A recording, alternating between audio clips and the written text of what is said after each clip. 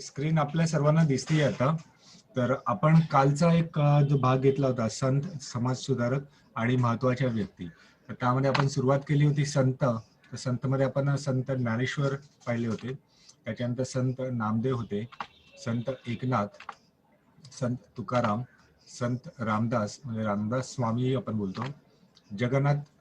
आता हे समाजसुधारक मध्ये आपण जगन्नाथ शंकर शेठ, बाळशास्त्री जांभेकर, दादोबा पांडुरंग तरखडकर, गोपाळ हरी देशमुख, त्यांना आपण लोकहितवादी असे म्हणतो, महात्मा ज्योतिबा फुले, विष्णू शास्त्री पंडित, न्यायमूर्ती महादेव गोविंद रानडे, गोपाळ गणेश आगरकर, लोकमान्य टिळक, महर्षी धोंडो केशव कर्वे, पंडिता रमाबाई, हे पंडित नाहीये, हे पंडिता असणार आहे, पंडिता रमाबाई, राजर्षी शाहू महाराज, कर्मवीर भाऊराव पाटील, डॉक्टर बाबासाहेब आंबेडकर, डॉक्टर पंजाबराव देशमुख. मला वाटतं डॉक्टर पंजाबराव देशमुख आपण नव्हतं घेतलेलं, तर इथून आपण सुरुवात करूया. आणि याच्यानंतर काही महत्वाच्या व्यक्ती आहेत, ते राजाराम मोहन रॉय, स्वामी दयानंद सरस्वती ते असणार आहेत. तर डॉक्टर पंजाबराव देशमुख म्हणजे काल तुम्ही लिहून घेतलं त्याप्रमाणे आजही जरा एक पेन आणि वही हाताशी ठेवून ते महत्वाचे मुद्दे लिहून घ्या. 1 मिनिट देतो.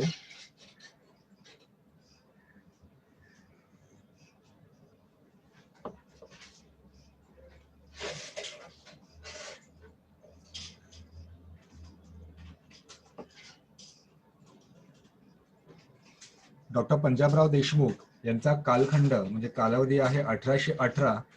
एक मिनिट. यांचा कालखंड आहे 1898 ते 1965. 1898 ते 1965. यांची महत्वाची कार्य म्हटली तर अमरावती, महाराष्ट्रामध्ये जे अमरावती आहे तिथे अंबाबाई मंदिर हे अस्पृश्यांसाठी खुले व्हावे म्हणून त्यांनी सत्याग्रह केला. अमरावती येथील अंबाबाई मंदिर अस्पृश्यांसाठी खुले व्हावे म्हणून त्यांनी सत्याग्रह केला.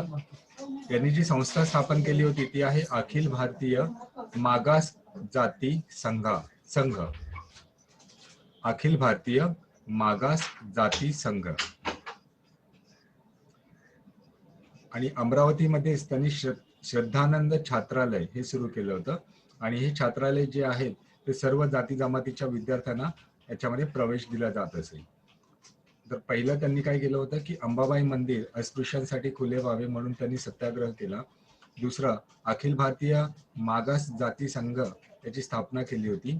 तिसरं, अमरावती येथे श्रद्धानंद छात्रालय हे सुरू केलं होतं. आता हे छात्रालय सर्व जाती जमातीच्या विद्यार्थ्यांना खुलं होतं, म्हणजे सर्वांनाही तिथे प्रवेश दिला जात असेल. अजून एक महत्वाचं म्हणजे डॉक्टर पंजाबराव देशमुख यांनी अमरावती येथेच, म्हणजे त्यांचं कार्य जे आहे ते अमरावती येथेच आहे, श्री शिवाजी शिक्षण संस्थेची स्थापना केली. श्री शिवाजी शिक्षण संस्था. त्यानंतर शिक्षण क्षेत्रामध्ये अजून एक त्यांनी कार्य केले ते आहे प्राथमिक शिक्षक संघ याची स्थापना केली.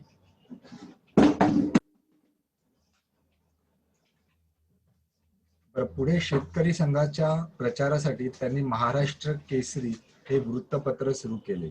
तर केसरी टिळकांचं आहे आपल्याला माहितीच आहे, पण महाराष्ट्र केसरी हे डॉक्टर पंजाबराव देशमुख यांनी सुरू केलं आहे. त्यानंतर डॉक्टर पंजाबराव देशमुख यांनी महाराष्ट्रीय भारतीय कृषक समाज या संस्थेची स्थापना केली आहे. आणि हेच स्वतंत्र भारताचे म्हणजे डॉक्टर पंजाबराव देशमुख हे स्वतंत्र भारताचे पहिले कृषी मंत्री म्हणून पण ओळखले जातात. तर आपले पंजाबराव देशमुख हे कुठले तर अमरावतीचे, आणि ते त्यांचा कालखंड 1898 ते 1965. अमरावती येथील अंबाबाई मंदिर अस्पृश्यांसाठी खुले केले म्हणून त्यांनी सत्याग्रह केला. अखिल भारतीय मागास जाती संघ याची स्थापना केली. अमरावतीमध्ये त्यांनी श्रद्धानंद छात्रालय सुरू केलं जे सर्व जाती जमातीच्या विद्यार्थ्यांना खुलं होतं. परत त्यांनी शिवाजी शिक्षण संस्थेची स्थापना केली. प्राथमिक शिक्षण संघ याची स्थापना केली होती आणि एक वृत्तपत्र सुरू केलं होतं महाराष्ट्र केसरी. भारतीय कृषक समाज या संस्थेची स्थापना आणि भारताचे पहिले कृषी मंत्री, स्वतंत्र भारताचे पहिले कृषी मंत्री म्हणून त्यांची ओळख आहे. ओके, इथपर्यंत आपले समाज सुधारक आहेत. आणि त्याच्यानंतर काही महत्वाच्या व्यक्ती आहेत त्या आपण घेतोय आता. जितकं शक्य होईल तेवढं लिहून घ्या, म्हणजे हे जर पाठ झालं तर बऱ्यापैकी तुमचा सिलेबस पाठ होऊन जातो. आपली पहिली व्यक्ती आहे राजा राम मोहन रॉय. आवाज जर कमी झाला किंवा येत नसेल तर पटकन सांगत जा, आता पुन्हा सगळं रिपीट करावं लागेल. पहिली व्यक्ती आहे राजा राम मोहन रॉय. यांचा जन्म 1772 मध्ये झाला होता. 1772 म्हणजे त्यांचा कालखंड आहे 1772 ते 1833. राजा राम मोहन रॉय 1772 ते 1833. आणि रॉय म्हटलं तर त्यांचा जन्म कुठे झाला होता तर पश्चिम बंगालमध्ये राधानगर येथे झाला. राजा राम मोहन रॉय यांचा जन्म पश्चिम बंगाल राधानगर येथे झाला आहे.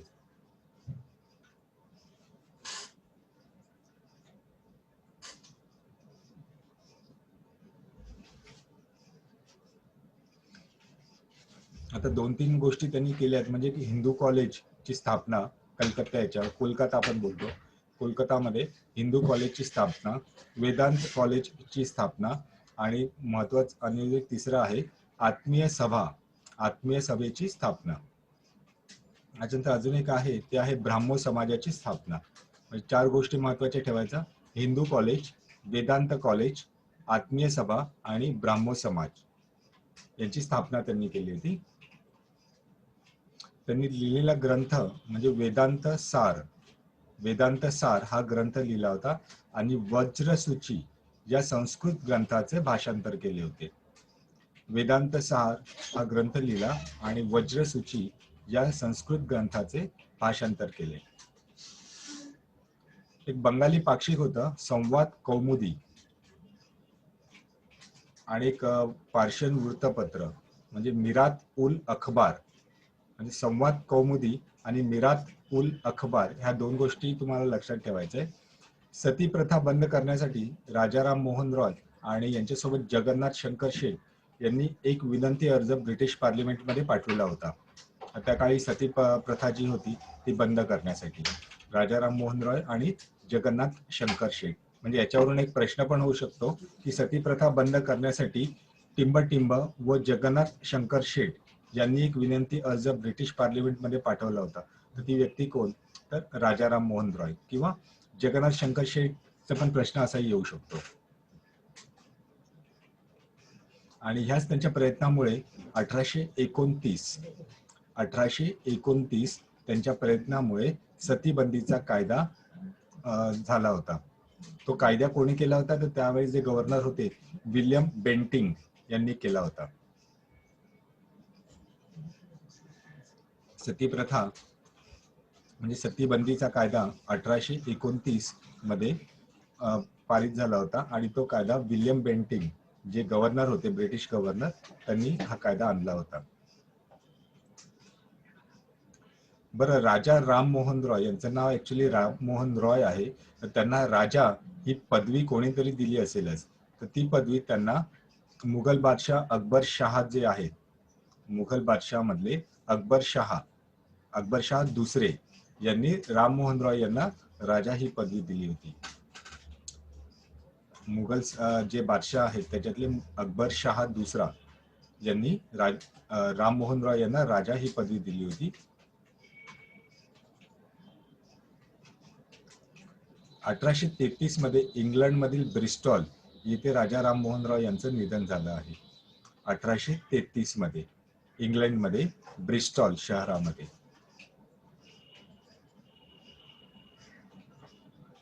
त्यांनी एक संस्था सुरू केली ब्राह्मो समाज. मग त्या समाजाचं काय झालं तर राजा राम मोहन रॉय यांच्या निधनानंतर महर्षी देवेंद्रनाथ टागोर यांनी ब्राह्मो समाजाची धुरा म्हणजे संपूर्ण कारभार आपल्या सांभाळायला घेतला होता. तर कोणी सांभाळायला घेतला होता तर महर्षी देवेंद्रनाथ टागोर. पण पुढे काय झालं की देवेंद्रनाथ टागोर व केशवचंद्र सेन ही दोन व्यक्ती आहेत, यांच्यात वाद झाला आणि मग केशवचंद्र सेन जे आहेत यांनी भारतीय ब्राह्मो समाजची स्थापना केली, स्वतःची एक वेगळी संस्था स्थापन केली. राजा राममोहन रॉय यांना रवींद्रनाथ टागोर यांनी नव्या युगाचे अग्रेसर असे म्हटले आहे. राजा राममोहन रॉय यांना रवींद्रनाथ टागोर जे आहेत यांनी नव्या युगाचे अग्रेसर असे म्हटले जाते. पुढची व्यक्ती आहे स्वामी दयानंद सरस्वती. तर यांचा कालखंड आहे 1824 ते 1883. स्वामी दयानंद सरस्वती 1824 ते 1883. त्यांचा जन्म कुठे झाला होता तर काठेवाड म्हणजे टंकारा जे बोलतात गुजरातमध्ये, गुजरात राज्यात टंकारा म्हणजे काठेवाड येथे त्यांचा जन्म झाला होता. आणि त्यांचं मूळ नाव काय आहे तर करसनदास तिवारी. स्वामी दयानंद सरस्वती यांचं मूळ नाव करसनदास तिवारी असं आहे. यांनी आर्य समाजाची स्थापना केली होती कुठे मुंबईमध्ये 1875 मध्ये. आर्य समाजाची स्थापना मुंबईमध्ये 1875 मध्ये. त्यांनी आर्य समाजाची शाखा पंजाबात म्हणजे लाहोर जे आहे पंजाबमध्ये, आता ते पाकिस्तानमध्ये आहे, तिथे सुरू केली होती आणि तेच पुढे आर्य समाजाचे मुख्यालय बनले. आणि आपल्या धर्म बांधवांना त्यांनी वेदाकडे परत चला, बॅक टू द वेदास हा आदेश दिला होता. त्यांच्यावरती धर्माचा हा मोठा प्रभाव आहे. तर त्यांनी सर्व धर्मांचा तुलनात्मक अभ्यास करून सत्यार्थ प्रकाश हा ग्रंथ सुद्धा लिहिला होता.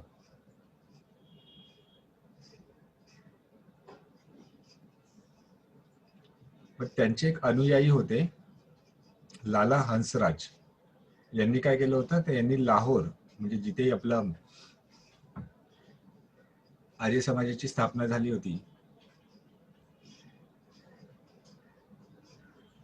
आर्य समाजाचे मुख्यालय होते, तर लाहोर येथे दयानंद अँग्लो वेदिक कॉलेज ची स्थापना केली होती.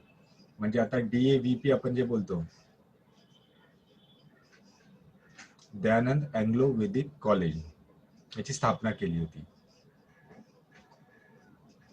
आणि त्यांचा मृत्यू ऑक्टोबर 1883 मध्ये अजमेर जे राजस्थानमध्ये आहे तेथे त्यांचा मृत्यू झाला होता.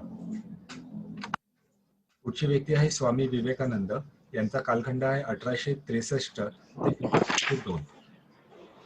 स्वामी विवेकानंद 1863 ते 1902. स्वामी विवेकानंद यांचा जन्म 12 जानेवारी 1863 कुठे झाला होता कलकत्ता येथे. स्वामी विवेकानंद यांचा जन्म 12 जानेवारी 1863 कलकत्ता, आपण ज्याला कोलकाता बोलतो, तिथे झाला होता. आणि त्यांचे मूळ नाव काय आहे तर नरेंद्र दत्त. स्वामी विवेकानंद यांचे मूळ नाव नरेंद्र दत्त आहे. बरं, स्वामी विवेकानंद यांचे गुरु कोण तर रामकृष्ण परमहंस. स्वामी विवेकानंदचे गुरु रामकृष्ण परमहंस. आणि त्यांनी रामकृष्ण मठाची स्थापना सुद्धा केली होती कलकत्त्यामध्ये. म्हणजे बारानगर जे बोलतात कलकत्त्याजवळ आहे ते, तिथे रामकृष्ण मठाची त्यांनी स्थापना केली होती. बरं, हिंदू धर्माचं महत्व जगाला पटवून दिलं होतं त्यांनी 11 सप्टेंबर 1893. त्यांचं अमेरिकेतील भाषण, शिकागोचं भाषण आपल्याला आठवतं. अमेरिकेतील शिकागो जे आपण बोलतो येथील जागतिक धर्म परिषदेत हिंदू धर्माचे महत्व त्यांनी जगाला पटवून दिले होते. रामकृष्ण मठाची स्थापना तर त्यांनी केली होती, त्यानंतर रामकृष्ण मिशन या धर्मसंस्थेची पण त्यांनी स्थापना केली होती 1897 मध्ये. आणि त्याचं मुख्यालय म्हणजे बेलूर, कोलकाता जवळच आहे बेलूर, तिथे त्यांचं मुख्यालय आहे. त्यांनी एक संदेश लोकांना दिला होता, तो म्हणजे उठा, जागे व्हा आणि ध्येय सिद्धी झाल्याशिवाय थांबू नका. उठा, जागे व्हा आणि ध्येय सिद्धी झाल्याशिवाय थांबू नका, हा त्यांचा लोकांना दिलेला संदेश आहे. 4 जुलै 1902 म्हणजे साधारण 39व्या वर्षी कलकत्ता जवळील बेलूर मठामध्ये त्यांचे निधन झालं होतं. पुढची व्यक्ती आहे दादाभाई नौरोजी. तर यांचा कालखंड 1825 ते 1917. दादाभाई नौरोजी 1825 ते 1917 आणि त्यांचा जन्म कुठे झाला होता तर गुजरातमध्ये नवसारी येथे पारशी कुटुंबात. म्हणजे दादाभाई नौरोजी हे पारशी आहेत. तर पारशी कुटुंबात गुजरातमध्ये नवसारी येथे त्यांचा जन्म झाला होता. त्यांनी बॉम्बे असोसिएशनच्या स्थापनेमध्ये मोठा पुढाकार घेतला होता. म्हणजे ते त्यांनी स्थापन नाही केलं, पण त्यांनी स्थापनेमध्ये मोठा पुढाकार घेतला होता. ते मुंबईच्या एल्फिन्स्टन कॉलेजचे पहिले भारतीय प्राध्यापक होते. मुंबईच्या एल्फिन्स्टन कॉलेजचे पहिले भारतीय प्राध्यापक. त्यांनी एक गुजराती साप्ताहिक सुरू केलं होतं, रास्त गोफ्तार. रास्त गोफ्तार म्हणजे याचा अर्थ खरी बातमी असा होतो. तर ते साप्ताहिक, गुजराती साप्ताहिक जे आहे त्याचं नाव आहे रास्त गोफ्तार. बरं, त्यांनी एक ग्रंथ लिहिला होता, poverty and un-British rule in India. Poverty and un-British rule in India हा ग्रंथ त्यांनी लिहिला होता. आणि याच्यामध्ये त्यांनी लुटीचा सिद्धांत म्हणजे ड्रेन थिअरी हा मांडला होता. म्हणजे भारतातून इंग्रज कसं काही सगळं सामान घेऊन जात आहेत आणि भारताची लूट करतायत, त्याचा सिद्धांत त्यांनी मांडला होता. ग्रंथाचं नाव काय? लुटीचा सिद्धांत. ओके. बरं, त्यांनी एक स्वराज्याचा एक मंत्र दिला होता, चळवळ करा, अखंड चळवळ करा. चळवळ करा, अखंड चळवळ करा. हा स्वराज्याचा मंत्र दादाबाईंनी दिला होता. म्हणजे एक जर प्रश्न आला की चळवळ करा, अखंड चळवळ करा, हा स्वराज्याचा मंत्र कोणी दिला होता तर दादाभाई नौरोजी यांनी. त्यांना भारतीय अर्थशास्त्राचे जनक आणि भारताचे पितामह असं ओळखलं जातं. सर दळवळ आहे का ते? चळवळ. लुटीचा सिद्धांत हा ग्रंथ थिअरी मांडली होती. चळवळ करा, अखंड चळवळ करा हे आहे. आणि भारतीय अर्थशास्त्राचे जनक आणि भारताचे पितामह अशी त्यांची ओळख. हेच विचारलं की दुसरं काही? हेच. बर.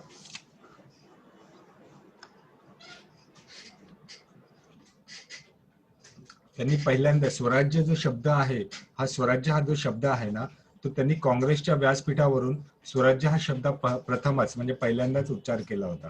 तर स्वराज्य हा शब्दाचा प्रथम उच्चार कोणी केला होता तर दादाभाई नौरोजी यांनी केला होता. हे जे महत्वाचे आहेत तेवढे जरा लिहून घ्या आणि पाठ करून ठेवा. पुढची व्यक्ती आपण घेतो ते आहे न्यायमूर्ती महादेव गोविंद रानडे. यांचा कालखंड 1842 ते 1901. न्यायमूर्ती महादेव गोविंद रानडे, कालखंड 1842 ते 1901. आणि त्यांचा जन्म नाशिक येथील निफाड येथे झाला होता. त्यांचा जन्म नाशिक येथील निफाड येथे झाला होता. त्यांनी पुण्यातील सार्वजनिक सभा आणि विधवा विवाहोत्तेजक मंडळ या संस्थेच्या स्थापनेत पुढाकार घेतला होता. या दोन संस्था ज्या स्थापन झाल्या होत्या पुण्यामध्ये, सार्वजनिक सभा आणि विधवा विवाहोत्तेजक मंडळ, याच्या स्थापनेमध्ये त्यांनी पुढाकार घेतला होता. त्यांनी स्थापन केलेली नाहीये, त्यांनी पुढाकार घेतला होता.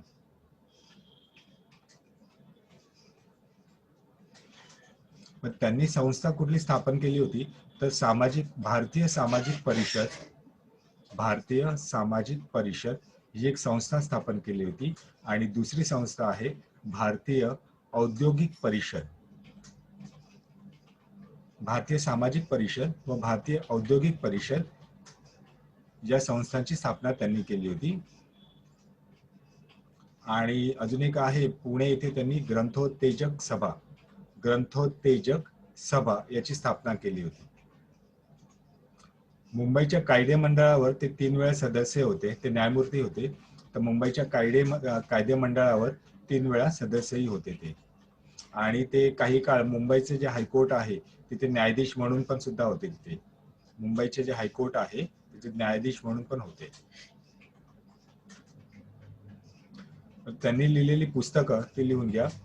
मराठी सत्तेचा उदय, मराठी सत्तेचा उदय,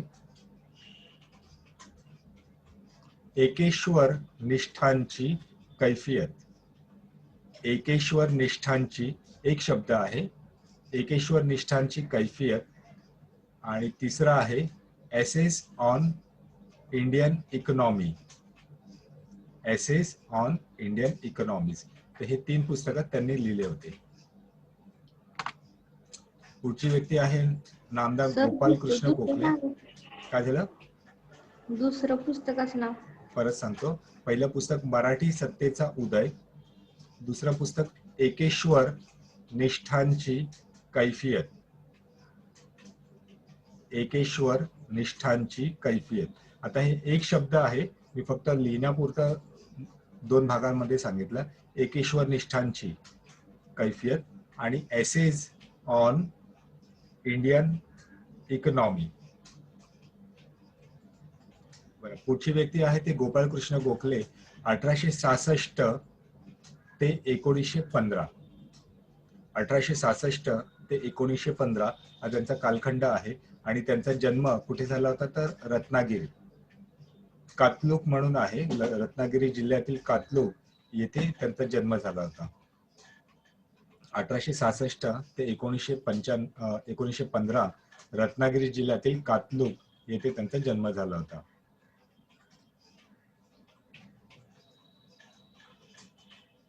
त्यांची ओळख म्हटलं तर मुंबई कायदे मंडळ जे आहे त्याच्यातले ते सदस्य होते. त्यांनी 1905 मध्ये भारत सेवक समाजाची स्थापना केली. महात्मा गांधी गोखले यांनी आपले राजकीय गुरु मानत असत. म्हणजे त्यांचे राजकीय गुरु कोण तर महात्मा गांधी.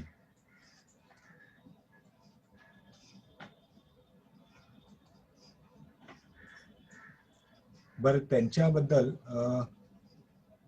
टिळकांनी एक उद्गार काढले होते, गौरव उद्गार असतात ते. तर टिळकांनी त्यांच्याबद्दल एक गौरव उद्गार काढले होते, ते म्हणजे the diamond of India and jewels of Maharashtra, the diamond of India and jewels of Maharashtra. खरं म्हटलं तर त्यांचा आणि टिळकांचा वाद होता, म्हणजे मतभेद होते, ते गांधीवादी होते म्हणून.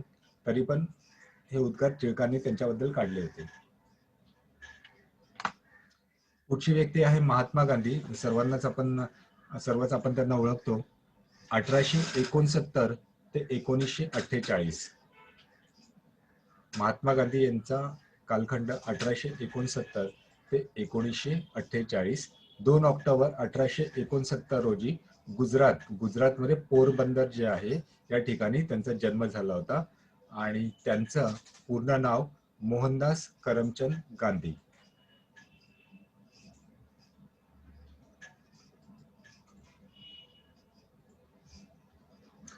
गांधीजींचा इतिहास आपल्याला माहितीच आहे की गांधीजी 1893 मध्ये दक्षिण आफ्रिकेमध्ये गेले होते. हिंदू मजुरांचा प्रश्न सोडविण्यासाठी ते आफ्रिकेला गेले होते. आणि 9 जानेवारी 1915 रोजी ते भारतात परतले.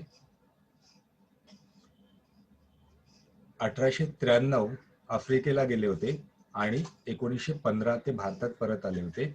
त्यांच्यावरती एक रशियन विचारवंतांचा प्रभाव होता, ते म्हणजे टॉल्स्टॉय. तर महात्मा गांधी यांच्यावर टॉल्स्टॉय या हा रशियन होते, थोर रशियन विचारवंतांचा प्रभाव होता. आणि गांधीजींचे राजकीय गुरु तर गोपाळ कृष्ण गोखले. गांधीजींचे राजकीय गुरु गोपाळ कृष्ण गोखले.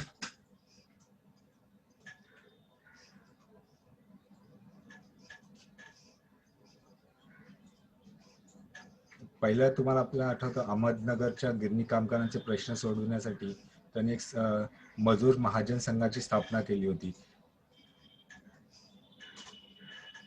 आणि 1924 ला बेळगाव येथे राष्ट्रीय काँग्रेसचे अध्यक्ष गांधीजी होते.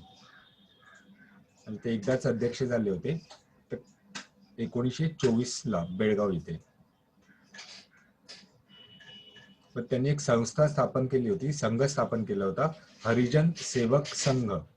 आणि हरिजन हे वृत्तपत्र पण त्यांनी सुरू केलं होतं. तर त्यांचे काही महत्वाचे सत्याग्रह आहेत. रिपीट सांगा ते. त्यांची एक संघ स्थापन केला होता, हरिजन सेवक संघ. हरिजन सेवक संघ याची स्थापना केली होती आणि एक वृत्तपत्र सुरू केलं होतं, त्याचं नाव आहे हरिजन. हरिजन. त्यांचे काही महत्वाचे सत्याग्रह आहेत. म्हणजे पहिला चंपारण्य सत्याग्रह 1917.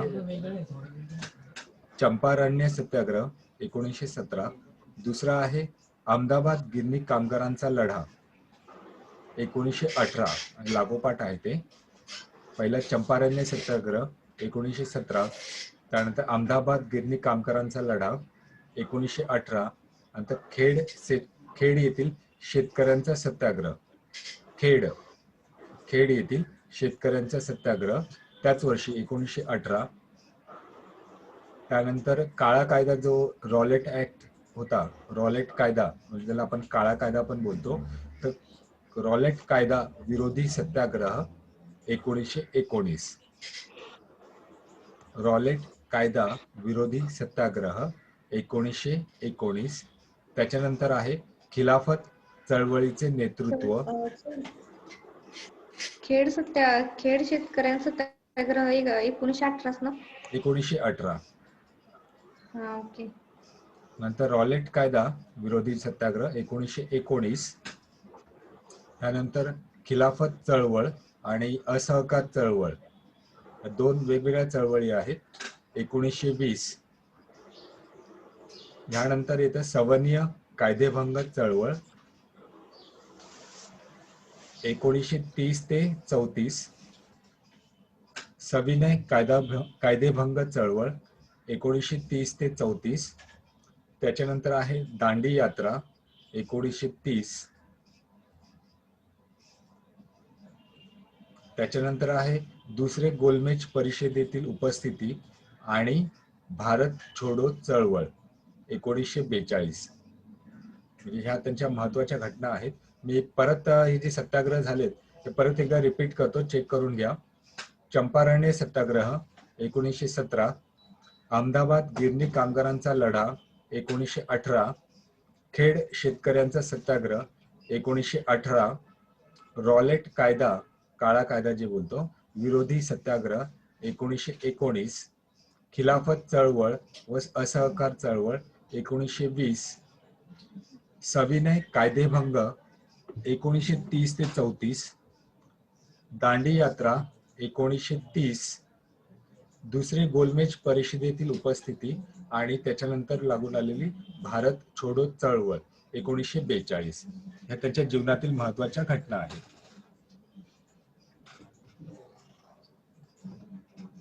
आपल्याला आपण जर इतिहास करतो त्यामध्ये 1920 ते 1947 हा भारतीय लढ्यातील जो कालखंड आहे, 1920 ते 1947 या कालखंडाला आपण काय म्हणतो तर गांधी युग म्हणून ओळखतो. 1920 ते 1947. गांधीजींच्या पत्नी कोण तर गांधीजींच्या पत्नी कस्तुरबा.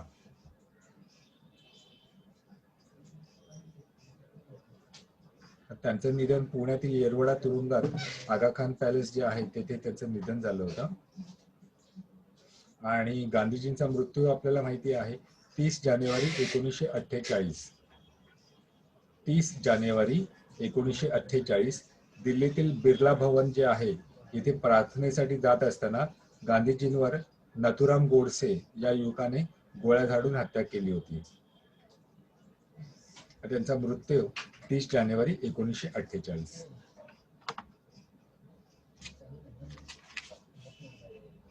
पुढचे अजून दोन व्यक्ती आहेत. पहिली म्हणजे नेताजी सुभाष चंद्र बोस, ही पण एक महत्वाची व्यक्ती आहे.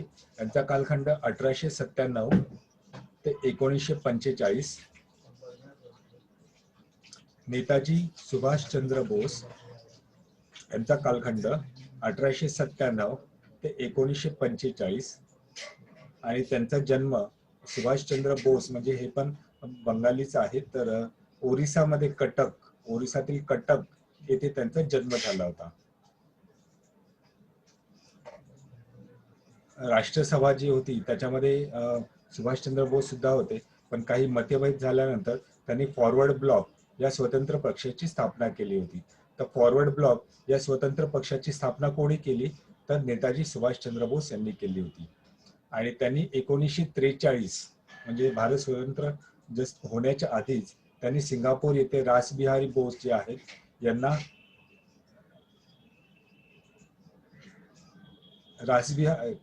रासबिहारी बोस जे आहेत त्यांनी आझाद हिंद सेनेची स्थापना केली होती तर सिंगापूर येथे. तर नेताजी सुभाषचंद्र बोस यांनी सेनापती पद स्वीकारले होते आझाद हिंद सेनेचे. ते कोण झाले होते, सेनापती झाले होते. बरं, त्याची स्थापना कोणी केली होती, तर रासबिहारी बोस यांनी स्थापन केली होती आझाद हिंद सेना.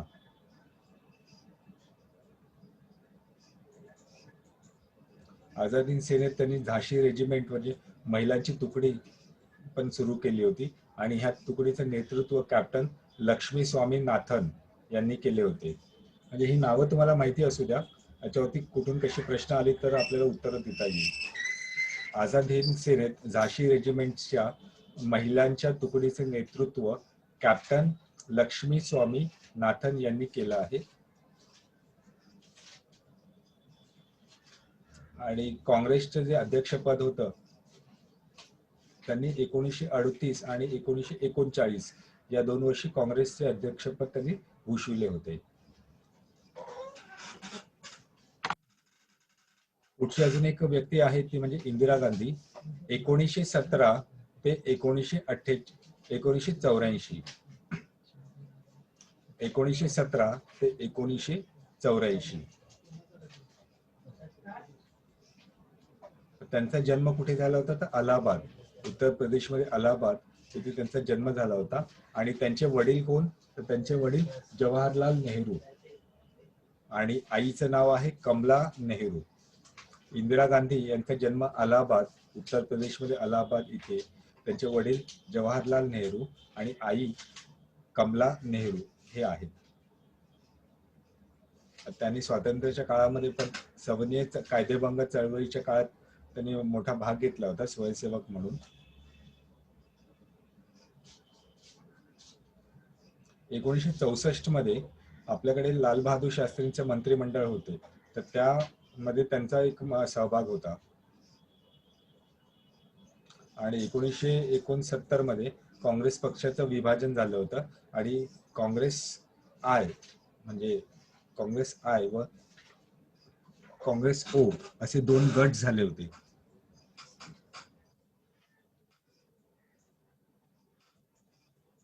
काँग्रेस आयचं नेतृत्व इंदिरा गांधींकडे आलं होतं. ते काँग्रेस आय म्हणजे इंडिकेट.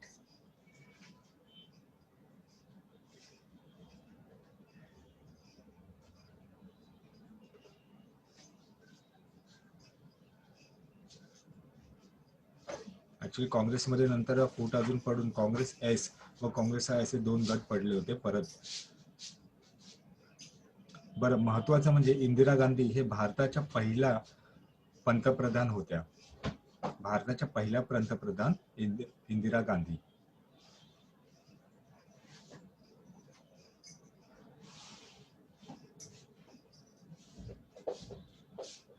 आणि बांगलादेश याची निर्मिती म्हणजे पाकिस्तानची जी होती पूर्व पाकिस्तान म्हणजे जी बांगलादेशची निर्मिती हे यांच्यामुळे झाली होती त्यांच्या प्रयत्नाने.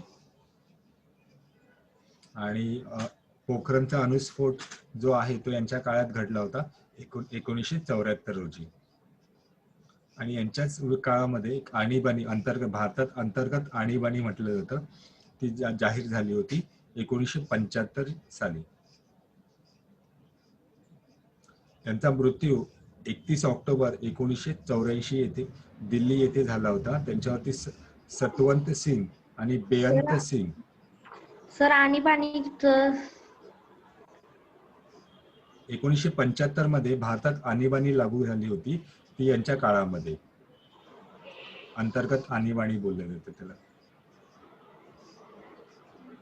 त्यांचा मृत्यू जो झाला तो 31 ऑक्टोबर 1984 दिल्लीमध्ये सतवंत सिंग व बेअंत सिंग, सतवंत सिंग व बेअंत सिंग हे शीख अंगरक्षक जे आहेत यांनी त्यांची गोळ्या घालून हत्या केली होती 1984, 31 ऑक्टोबर. ठीक आहे, इथपर्यंत कळलं तुम्हाला? हो. कुणाचं काही लिहून घ्यायचं? आता हे जे मुद्दे मी सांगितलेत परीक्षेच्या दृष्टीने महत्वाचे, म्हणजे यांचे बायोग्राफी प्रत्येकाची वाचली तर एक एक पुस्तकं आहेत, तेवढी आपल्याला डीपमध्ये अभ्यास नाहीये, पण जे महत्वाचे जे मुद्दे आहेत म्हणजे परीक्षेच्या दृष्टीने ते तुम्हाला सांगितलेत, लिहून घेतले असेल तर छानच आहे. जसे तसं ते पाठ करा, म्हणजे नोट्स तुम्हाला ऍपमध्ये जे नोट्स आहेत ते जरी वाचले त्यानंतर तर तुम्हाला बऱ्यापैकी तुमचा अभ्यास होईल. तर याच्यानंतर